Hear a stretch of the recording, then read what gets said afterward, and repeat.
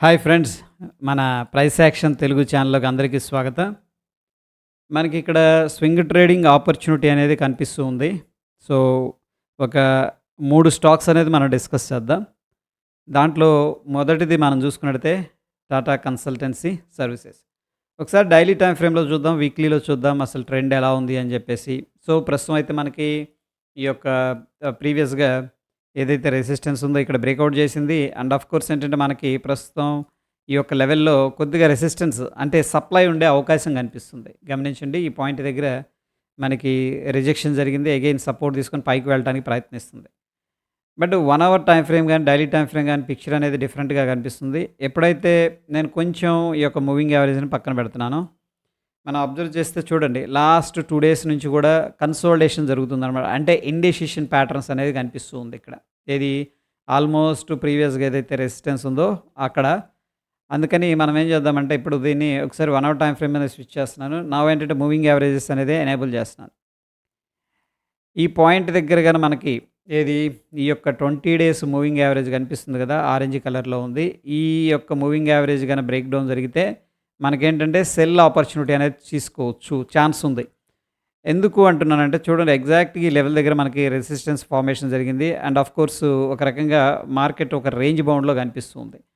ఈ యొక్క level breakout అయిందంటే ఆబ్వియస్‌గా మనకి ఈ యొక్క 20 ఎక్స్‌పోనెన్షియల్ మూవింగ్ యావరేజ్ ఏదైతే ఉందో అది బ్రేక్ డౌన్ జరిగే స్కోప్ ఉంది. అక్కడి నుంచి జరిగితే కూడా next 50 exponential moving average and 100, దాని తర్వాత 200 డేస్ ఎక్స్‌పోనెన్షియల్ మూవింగ్ యావరేజ్ అనేది మనం టార్గెట్‌గా తీసుకోవచ్చు.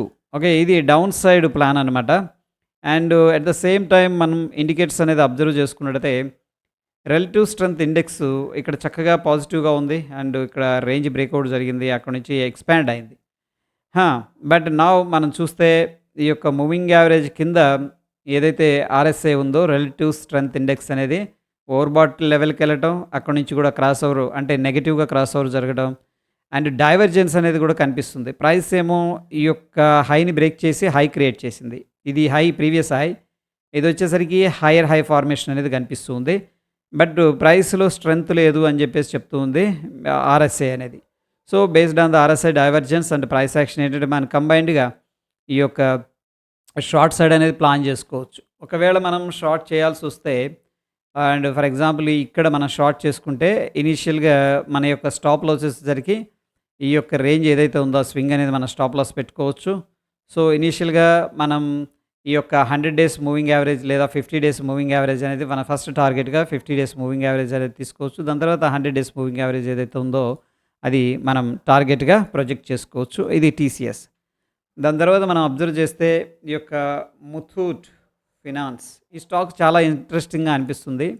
అండ్ డైలీ టైమ్ ఫ్రేమ్‌లో అండ్ వీక్లీ టైమ్ ఫ్రేమ్‌లో చూస్తే ఇది ఆల్మోస్ట్ ఏంటంటే మంచి మొమెంటంలో కొనసాగుతుంది. ప్రీవియస్‌గా ఇక్కడ ఏదైనా రెసిస్టెన్స్ ఉంది. యాక్చువల్‌గా ఇదంతా రెసిస్టెన్స్ లెవెల్ 1360 దగ్గర బ్రేక్అవుట్ అయితే జరిగింది చక్కగా.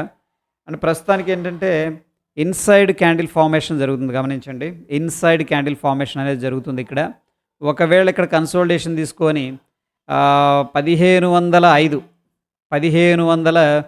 అనేది అప్ సైడ్ బ్రేక్అవుట్ అయిందంటే మనకి పాజిటివ్ మొమెంటం అనేది కనిపించే అవకాశం ఉంది. సో, దీన్నైతే లాంగ్ సైడ్ అనేది ప్లాన్ చేస్తూ ఉన్నాను.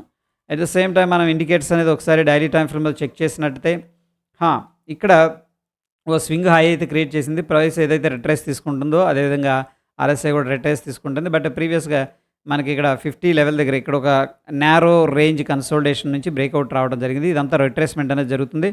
బట్ అగైన్ మనం డైలీ టైమ్ ఫ్రేమ్‌లో గాని అబ్జర్వ్ చేస్తే ఇక్కడ చూడండి, ఒకసారి డిలీట్ చేస్తున్నాను అన్నీ కూడాను. డైలీ టైమ్ ఫ్రేమ్‌లో గాని, వీక్లీలో గాని అబ్జర్వ్ చేస్తే ఈ మొత్తం కూడా ఒక ఇన్సైడ్ క్యాండిల్ ఫార్మేషన్ అనేది జరుగుతుంది. మన ఎంట్రీ ట్రిగ్గర్ అయ్యే పాయింట్ వచ్చేసరికి ఫ్రెండ్స్ మనకి 1509 అనమాట. 1509 దగ్గర మన ఎంట్రీ అనేది ట్రిగ్గర్ అవుతుంది లాంగ్ సైడ్ ఇది. సో, ప్రాబబ్లీ ఏంటంటే దీంట్లో మనం ఈక్విటీస్ ఏదన్నా ప్లాన్ చేసుకోవచ్చు.